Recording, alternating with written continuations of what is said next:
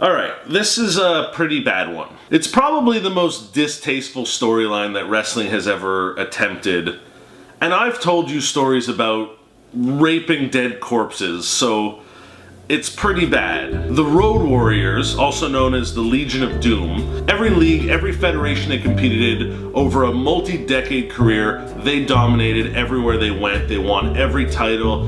They are, for all intents and purposes, the greatest tag team of all time. So by 1998, the Road Warriors, comprised of Hawk and Animal, were going through some tough times. They weren't their regular dominant selves, mainly because Hawk was suffering from substance abuse and alcoholism. Like, for real. He had real issues. So what does the WWF do?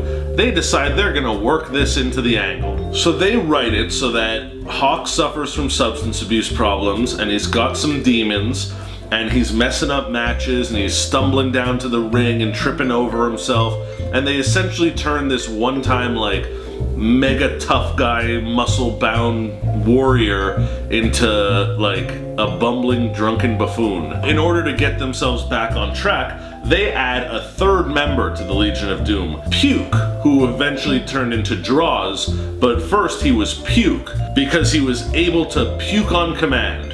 That's the whole story. The guy could throw up, so his name was Puke, and he wrestled. Puke joins the Legion of Doom. They start doing alright, but realistically it's a two-man job that three guys are now doing. So Hawk sort of sees the writing on the wall and he sees that this guy is taking his place, and he falls deeper into a darker place and ends up deciding that he's gonna take his own life. Again, this is pro wrestling. 1 week on Raw, Hawk climbs up to the top of the Titantron, like the big screen that's part of the whole set, and he's on top. It's gotta be 35, 40 feet in the air. Droz climbs up there, Puke climbs up there to try and stop him and talk him off the ledge, so to speak, and accidentally ends up shoving him off, and Hawk, on the other side of the Titantron where the audience can't really see, ends up plummeting to his demise. Then Puke admits that he had been enabling Hawk's substance abuse issues so that he can eliminate him from the picture and be a part of the tag team.